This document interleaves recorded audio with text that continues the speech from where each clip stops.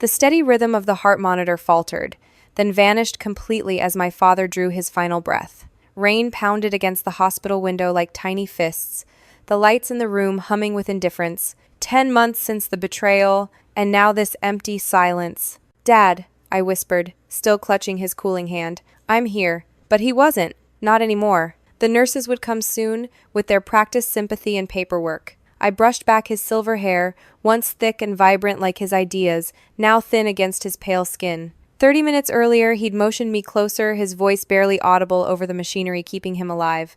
"Eleanor, listen carefully." His fingers trembled as they found mine. What he never understood about this business. "Save your strength," I urged, but he shook his head. "No time left for that." His eyes, though clouded with medication, burned with urgency. "He thinks manufacturing is about machines and materials. It never was." "I know, Dad. Every contract we built over 30 years. Connections between people, not just companies." His breathing grew labored. "The innovation comes from the spaces between people, from trust earned over decades."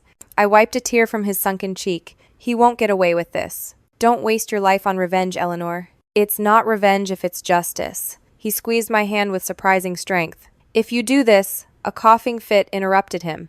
When it subsided, his voice had weakened further. "Remember, business is like an iceberg. Contracts, assets, products. That's just the visible 10%. The real structure lies beneath. The relationships," I finished. "Yes." His smile was faint but proud. "Anyone can steal paperwork.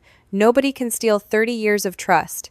Those were his last coherent words. The medications pulled him under again, and 3 hours later, Liam Foster, brilliant innovator, devoted father, creator of an industrial legacy, slipped away. As I sat beside his body, I felt a strange calm settling over me. Not peace, something harder, colder. "I promise," I whispered, kissing his forehead. "He thinks he won, but he just created his own worst enemy." The funeral was small but dignified. Former employees outnumbered family, each one approaching with stories about my father's integrity and vision. I received their condolences with quiet grace, storing away each memory, each connection. I spotted him immediately, Victor, standing at the back of the chapel, expression carefully balanced between triumph and feigned respect. The man who'd spent a decade learning my father's methods before convincing the board that Liam was obsolete, that his outdated approaches were holding the company back. The same man who'd systematically stolen my father's clients after pushing him out,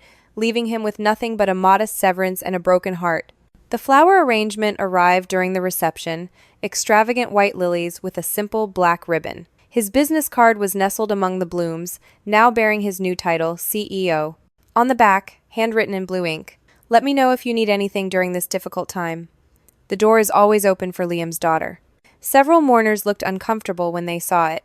Victor's message wasn't just condolences, it was a victory lap. I plucked the card from the arrangement, studied it for a moment, then slipped it into my pocket. Someone gasped softly, expecting tears or rage. Instead, I smiled. That evening, I unlocked my father's home study. The room still smelled of him, old books, mint tea, the faint trace of the woodsy cologne I gave him every Christmas. I ran my fingers along the spines of engineering manuals and business journals that had guided his career. Behind the books on the bottom shelf, I found what I was searching for, a worn leather journal, its edges softened by decades of handling. Inside were handwritten notes stretching back 30 years. Not company secrets or formulas, but people. Thousands of personal observations about clients, suppliers, employees, what motivated them, their families, their passions outside work. "You remembered everyone's stories," I murmured, flipping through pages filled with my father's neat script. Every birthday, every sick child, every anniversary. I sat cross-legged on the floor, reading until dawn broke. By morning, I knew exactly what I needed to do. I wouldn't just reclaim my father's legacy. I would turn his greatest lesson into Victor's downfall. If you're still with me, take a second to like this video. What happens next changed everything about how I view revenge, and trust me, you'll want to see how this ends. Subscribe now because this story has twists you won't believe until you hear them. My name is Eleanor, but everyone calls me Ellie. Before this happened, I was finishing graduate school in business administration, occasionally helping Dad with client presentations, but mostly focused on building my own path. I never planned to join the family business. Now it was the only thing that mattered. 3 months after the funeral, I attended the annual industry charity gala, a glittering affair where manufacturing elites pretended philanthropy balanced their cutthroat business practices. I wore a simple black dress, hair pulled back, minimal jewelry. I wanted to be underestimated. Victor's expression when he spotted me was priceless. First shock, then calculation, finally settling into a carefully constructed sympathy as he approached. "Eleanor, I wasn't expecting to see you here." His cologne was too strong, his handshake lingering a beat too long. I thought it was time to stop hiding. I accepted a glass of champagne from a passing server. "Hiding?" His eyebrows rose in practiced concern. "Grieving alone doesn't bring anyone back. Dad would have wanted me engaged with the world." Victor nodded sagely. Liam was always forward-thinking, despite our professional differences. Professional differences. Such a sanitized term for stealing a man's life's work. "Actually," I said, "I wanted to thank you." "Thank me?" Wariness flickered behind his smile. "For the flowers, the card. Small gestures mean a lot during difficult times." Relief loosened his shoulders. "Of course. Your father and I may have disagreed about business direction, but I always respected him personally." "I've been thinking about what happened," I said. "The company's pivot under your leadership." Victor's stance shifted subtly, weight moving to his back foot, preparing to defend himself. "And," caution edged his voice, "and I understand it better now, why the board sided with you.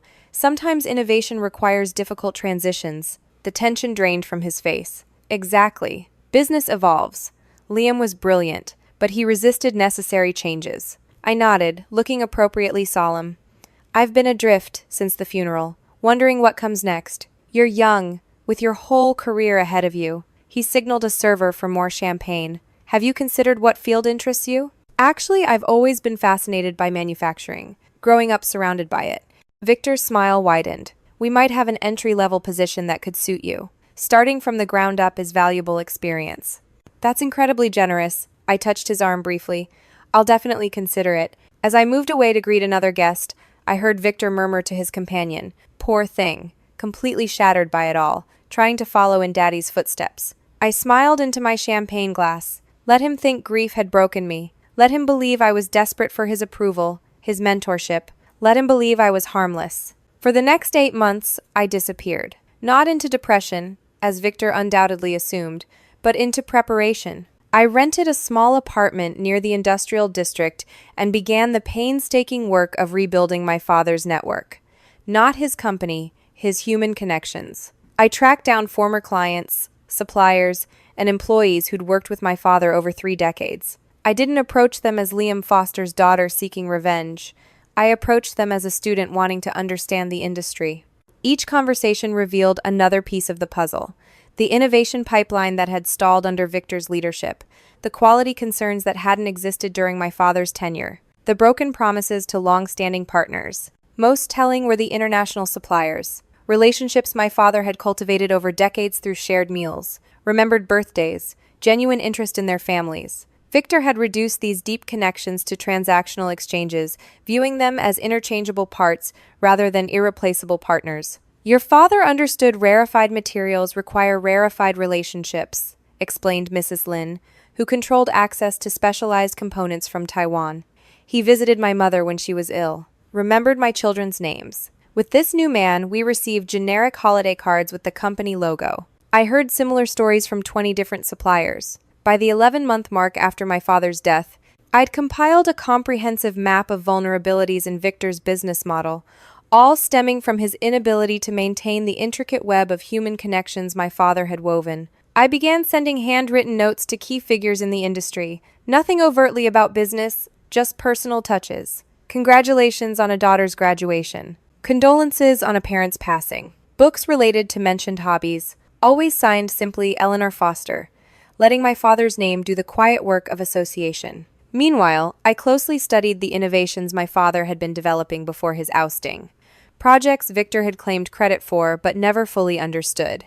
I focused particularly on a sustainable manufacturing approach that reduced waste by 40% while improving durability, an approach Victor had simplified to boost short-term profits, unknowingly compromising its effectiveness. At night, I pored over financial reports, identifying where Victor's leadership showed weakness. His quarterly numbers looked impressive, but beneath the surface, long-term indicators were flashing red. Customer retention was dropping. Material costs were rising as premium suppliers deprioritized his orders. Innovation had stalled. The industry trade show marked exactly 13 months after my father's death. I arrived unannounced, dressed in a blue suit that echoed my father's preferred color. I carried no business cards, made no presentations. I simply circulated, listening more than speaking, until Victor spotted me. "Eleanor!" His surprise seemed genuine. "I tried reaching you several times." "Did you?" "I've been focused on personal projects." "What brings you here? Considering that position we discussed?" I met his gaze directly.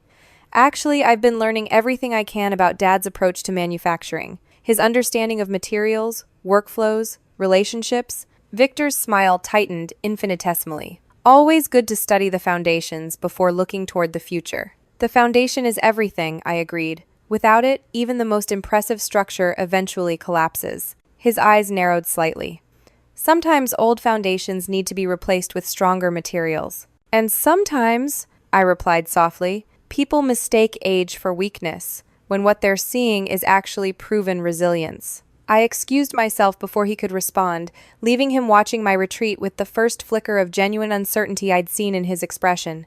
Perfect. The trade show proved more valuable than I'd anticipated. While Victor proudly showcased his company's latest innovations, most of them simplified versions of my father's original concepts, I was quietly reconnecting with the people who truly understood the industry's inner workings. "Your father would be proud," whispered Greta, "a materials specialist who'd supplied my father for 20 years. She glanced toward Victor's elaborate booth. "He's cutting corners on the alloy mixture. 3 of their major clients have experienced structural failures in the past quarter."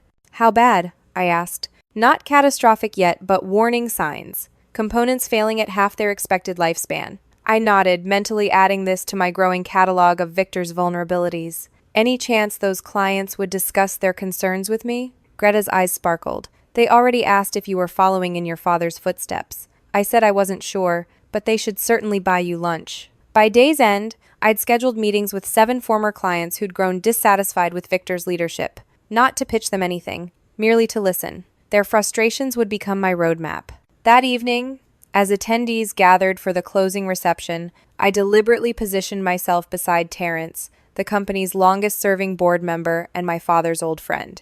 "I always thought you'd join your father's company someday," he said, swirling amber liquid in his glass. "Before everything changed. Dad wanted me to establish myself independently first." Terrence studied my face. "And now I'm trying to understand what was lost when Dad lost his position, not just financially, but fundamentally." His eyes darted toward Victor, who stood across the room, laughing too loudly among a circle of industry peers. "Between us," Terrence murmured, "some board members have concerns about recent direction. Nothing serious enough to act upon. Yet." "What kind of concerns?" "Innovation pipeline is drying up.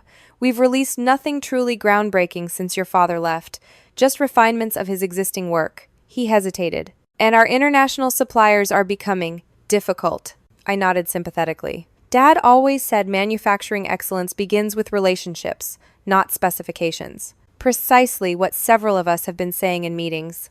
But quarterly numbers speak louder than long-term warnings.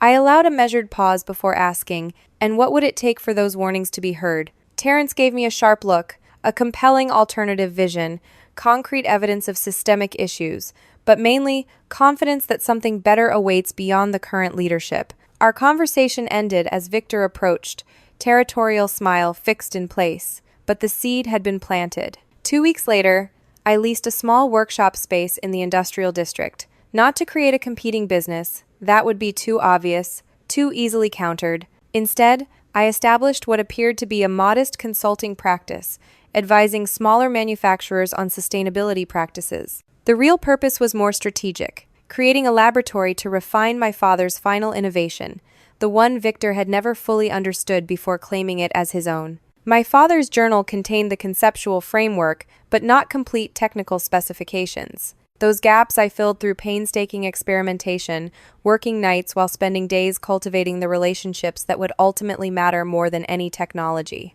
6 months passed this way. My consulting work provided legitimate cover for extensive industry conversations, while my nightly experiments gradually resolved the technical challenges my father had been addressing before his removal. Meanwhile, Victor's company began experiencing subtle but persistent issues. Key international shipments arrived late. Premium materials became suddenly unavailable, forcing substitutions that compromised quality.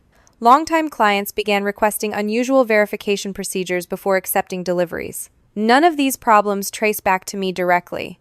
They were simply the natural consequences of neglecting the human foundations my father had established over decades.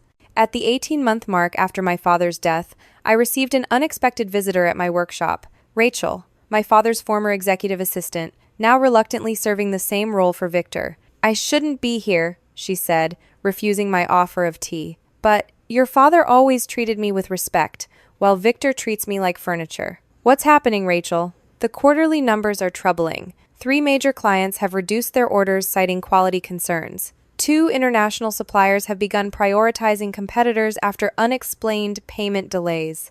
She made air quotes around the word. "Victor blames accounting errors, but I processed those payments myself. They were deliberately held." "Short-term cash flow management," I suggested. Rachel nodded. "Exactly. But now we're paying the price in relationships. The board is asking uncomfortable questions about client retention." And Victor's response? Aggressive cost-cutting, layoffs in quality control, pressure to accelerate production schedules. She hesitated. "He's also begun claiming your father's manufacturing approach was fundamentally flawed, that current issues stem from legacy systems he's still correcting." My hand stilled. "He's blaming my father for his own failures?" "Increasingly so." "And," she lowered her voice, "he mentions you sometimes, says you've been contacting clients spreading misinformation." I hadn't been, of course, at least not directly. I'd simply been asking questions, listening to concerns, gently reminding people of how things once operated. "Thank you for telling me," I said. After Rachel left, I knew the moment had arrived to accelerate my plans. Victor felt threatened enough to start crafting narratives about me. He was looking for external causes for internal failures. Perfect. The industry conference 3 months later marked exactly 21 months since my father died. I wasn't planning to attend until receiving a surprising call from the organizing committee. "We've had a cancellation for our innovation panel," explained the coordinator. "Several attendees suggested you might have valuable perspectives to share." I accepted immediately. Not from vanity, but strategic necessity. The panel would include 2 board members from my father's company and representatives from 3 major clients. Victor's reaction when he spotted me on the conference schedule was swift. He called personally, his voice straining for casual concern. "Eleanor, I was surprised to see you're speaking. Is manufacturing consulting your new direction?" "I'm exploring options," I replied. "The committee invited me to share perspectives on sustainable innovation."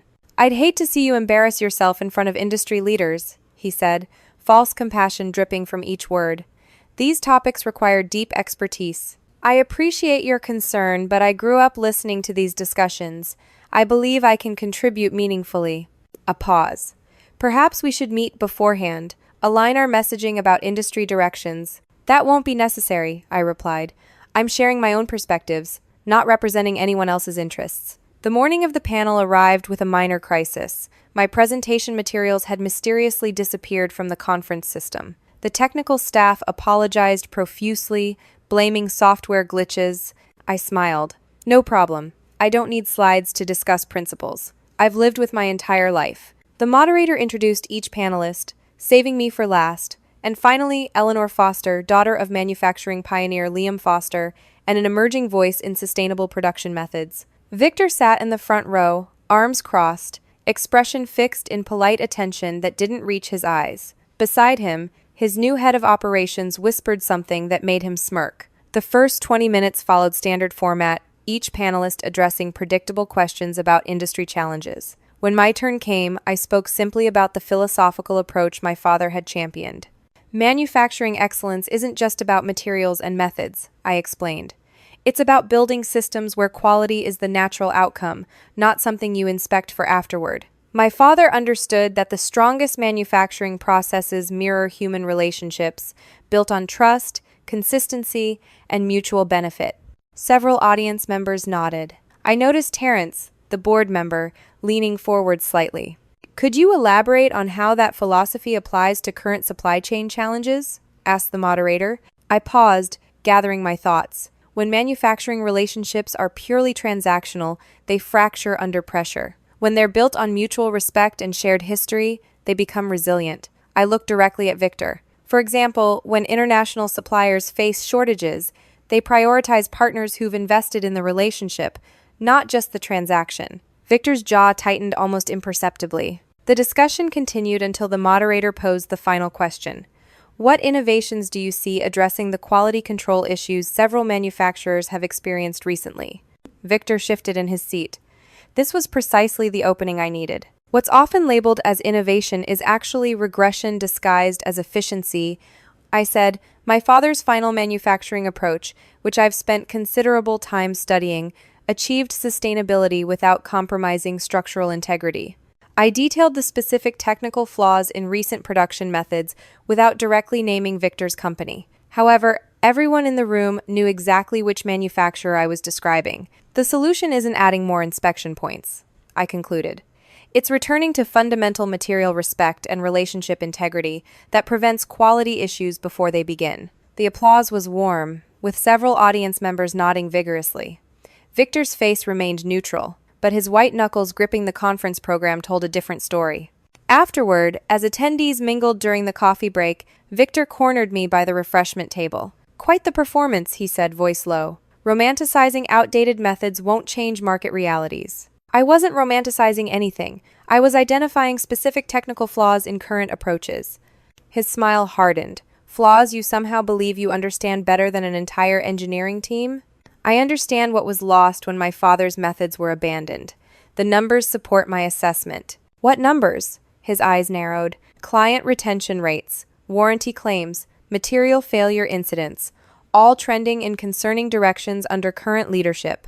Victor stepped closer, lowering his voice further. Be careful, Eleanor. Your father accepted reality and stepped aside gracefully. I'd hate to see his daughter damage his legacy with reckless accusations. I met his gaze steadily. My father didn't step aside. He was pushed while critically ill, then watched everything he built be systematically dismantled by someone who never understood what made it work. Color drained from Victor's face. You're playing a dangerous game. No game, I replied. Just honoring what my father built, and perhaps helping others understand what's being lost under your leadership. I turned to leave, but Victor grabbed my arm. Listen carefully, he hissed. Your little consulting operation, your conversations with our clients. I know exactly what you're doing. The board won't appreciate a disgruntled family member interfering with company business. I glanced pointedly at his hand until he released me. Interesting that you perceive honest discussion as interference, almost as if you fear transparency. As I walked away, I caught Terrence watching our exchange with undisguised interest. 2 other board members stood nearby, their expressions thoughtful. That evening, my phone rang. Terrence's number. The board is calling an emergency session next week, he said without preamble. Your panel comments raised significant concerns, particularly when combined with client feedback we've been receiving. My pulse quickened. I simply shared my professional assessment, which aligned perfectly with issues several of us have been monitoring. A pause. Victor is presenting a comprehensive defense of his leadership. He's requested you be barred from any further industry events as a disruptive influence. That seems excessive for someone he considers irrelevant. Precisely our thinking, Terrence's voice lowered. Eleanor, if you have any concrete evidence regarding manufacturing deficiencies, now would be the time. I might have something useful, I replied carefully. When is the meeting? Tuesday, 2 p.m. We can't officially invite you, but the building's atrium is open to the public if you happen to be available afterward. I understood perfectly. I often enjoy coffee in that atrium.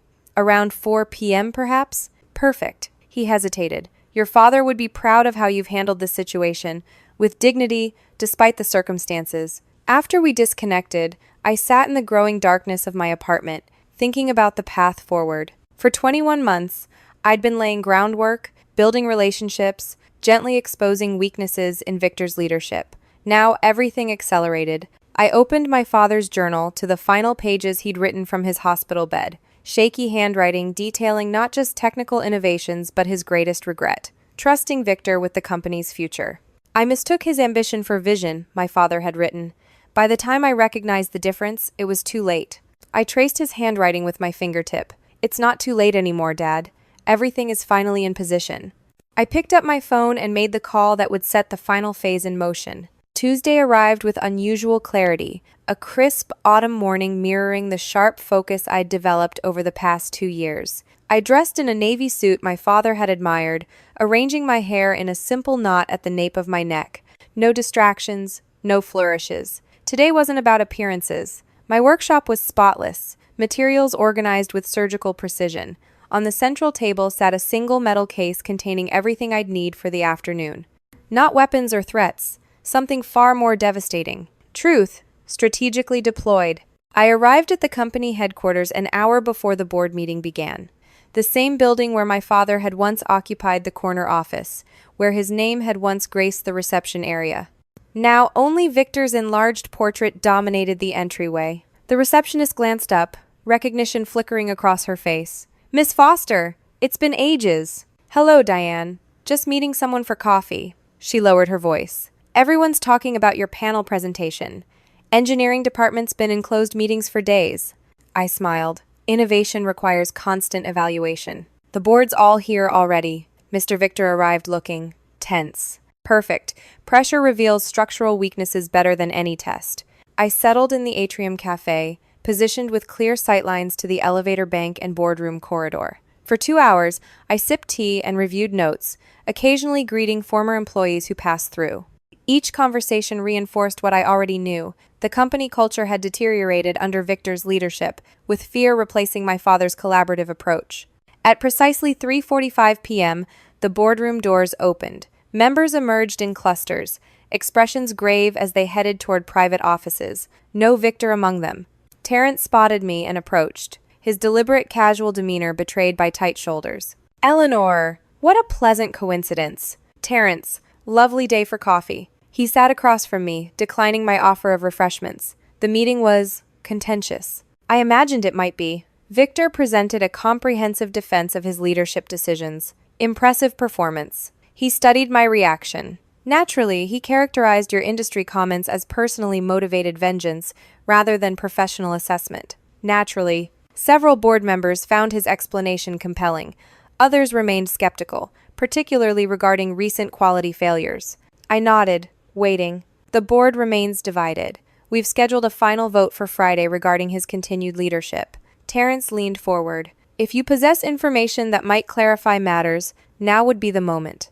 I opened the metal case and removed a slim leather portfolio, my father's, with his initials still visible on the corner. "This contains 3 things," I said quietly. "First, comprehensive technical analysis of manufacturing deficiencies in components produced under Victor's leadership, compared against historical benchmarks from my father's tenure." Terrence's eyebrows rose as he scanned the first page. "Second, sworn statements from 7 international suppliers detailing how Victor's approach compromised material integrity through substitutions they specifically advised against."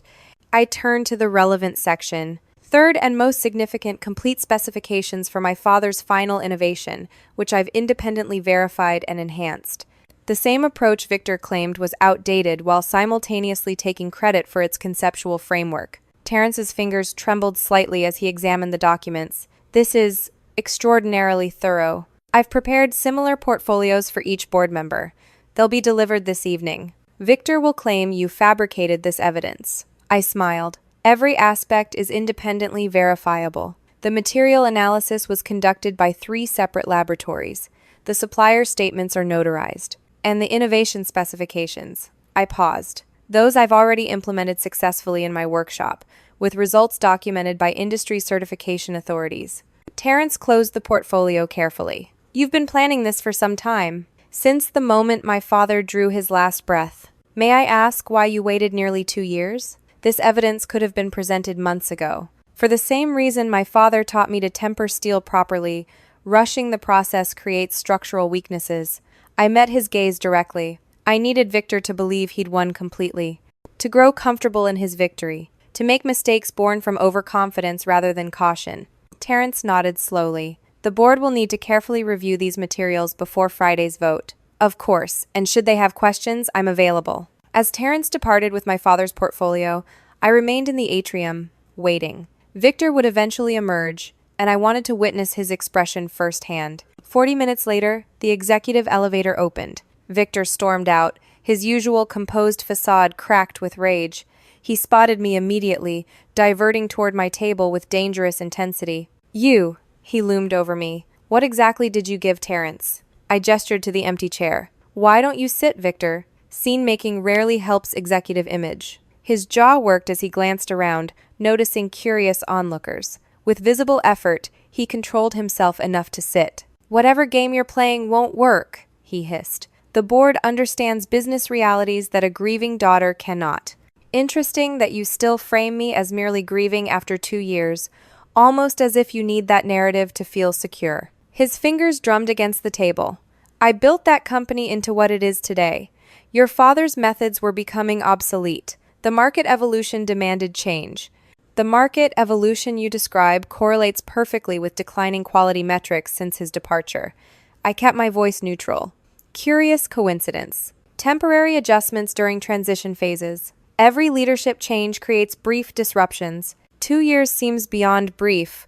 Wouldn't you agree? Victor's eyes narrowed. What do you want, Eleanor? Money? A position? Acknowledgement of your father's contributions? Name your price and end this vendetta. The question I'd waited 2 years to hear. I leaned forward, close enough to see the tiny stress fractures in his confident facade. I want you to understand something fundamental, Victor. This was never about money or position or even acknowledgement. Then what? It's about consequences. About proving that what my father built was stronger than you realized. That the principles you dismissed as outdated were actually the foundation supporting everything else. A faint sheen of perspiration appeared on his forehead. The board won't be swayed by sentimentality or technical minutiae they barely understand. They might be swayed by 3 major clients preparing to cancel contracts worth 40% of annual revenue, or by certification authorities questioning recent safety documentation. The color drained from his face. You're bluffing. Am I? Check your messages. The notifications should be arriving now. On cue, Victor's phone chimed multiple times. He glanced down, complexion paling further, as he scrolled through alerts. What have you done? He whispered. Nothing you didn't set in motion yourself. I gathered my belongings calmly. You believed destroying my father meant you inherited everything he built, but you never understood what you were dismantling. This is corporate sabotage, he sputtered. I'll have you. Prosecuted? On what grounds? I've violated no laws, breached no confidentiality agreements. I simply connected people who shared mutual concerns about your leadership. I stood, smoothing my jacket. You taught me something important, Victor. When my father died, you sent flowers with your business card. You thought his death meant your victory was complete. I smiled. Instead, it created your most dangerous adversary, someone with nothing left to lose and everything to prove. I walked away, leaving him stunned at the table, phone still chiming with escalating crisis notifications. Friday morning arrived with unexpected media presence outside headquarters. Word had leaked about leadership turbulence, sending stock prices tumbling and industry analysts scrambling for explanations. I didn't attend the board meeting. I didn't need to. My workshop had become command central, with constant updates flowing from multiple sources within the company. By noon, 3 more major clients had formally notified procurement of contract review pending leadership resolution. At 2:37 p.m., Terrence called. It's done, he said simply. Unanimous vote. Victor's been removed effective immediately. I closed my eyes briefly. Unanimous? Even his strongest supporters? The evidence was irrefutable. And when 3 certification authorities simultaneously questioned safety documentation, remaining support evaporated. Terrence paused. There's more. The board has authorized me to discuss transition leadership with you. I'm listening. We need someone who understands your father's manufacturing philosophy, someone who can restore client confidence and supplier relationships. I might know several qualified candidates. Eleanor, Terrence's voice softened, we're asking you directly, not necessarily as CEO immediately. That transition might require time, but in a central leadership role, guiding us back to the principles that made this company exceptional under your father. The moment crystallized everything I'd worked toward, not just Victor's removal, but restoration of what he'd destroyed. I'll need complete autonomy to rebuild the quality standards and supplier relationships, I said, and public acknowledgement of my father's founding innovations. Already approved in the resolution. When can you start? I never stopped, Terrence. The news broke officially that afternoon. Victor's departure was couched in standard corporate language about pursuing other opportunities, but industry insiders understood the reality. Stock prices stabilized, then began climbing as rumors spread about a Foster returning to leadership. I expected to feel triumph, perhaps vindication. Instead, I felt something quieter, the weight of responsibility, the recognition that destroying was far easier than rebuilding. At sunset, I visited my father's grave, placing fresh flowers beside the simple headstone. I sat on the cool grass, feeling autumn's approach in the evening breeze. "It worked, Dad," I said softly. "Everything you taught me about business relationships being the true foundation, about quality being built from trust, not inspection, about patience outlasting aggression." I traced his name on the stone. "He never understood that when he pushed you out, he wasn't just taking your company.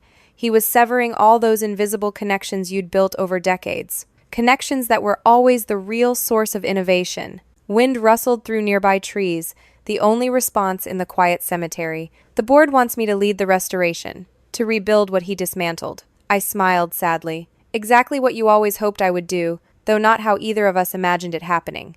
As darkness settled, I stood and brushed grass from my clothes. "I wish you could see what comes next. It won't be revenge anymore. It'll be renaissance. Everything you built, reborn stronger." 3 days later, I walked into company headquarters, not as a visitor but as Executive Director of Innovation and Quality, a position created specifically for me, reporting directly to the board. My father's portrait had been rehung in the reception area alongside other company founders. My first directive established a comprehensive quality review of all production implemented under Victor's leadership. My second reinstated key international supplier partnerships that Victor had deemed unnecessarily expensive. The third morning, I arrived to find Victor waiting in the lobby, security keeping careful watch. His expensive suit couldn't disguise his diminished presence, shoulders hunched, complexion gray with stress. 5 minutes, he requested. That's all. I considered refusing, then nodded. My office. We rode the elevator in silence. The nameplate on my door was temporary, printed rather than engraved, but seeing Eleanor Foster where Victor's name had been clearly pained him. "I underestimated you," he said once the door closed.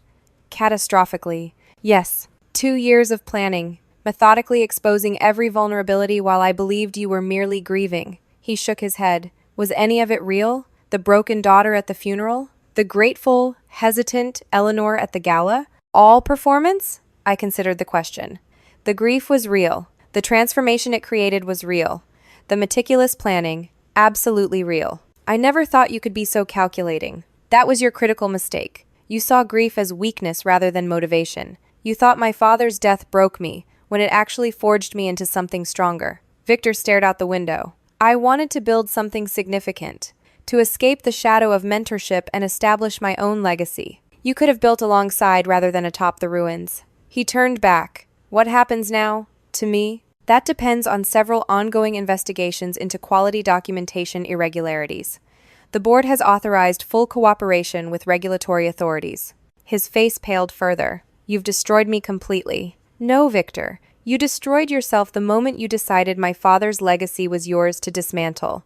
I simply ensured you experienced appropriate consequences." I glanced at my watch. "Our 5 minutes are up."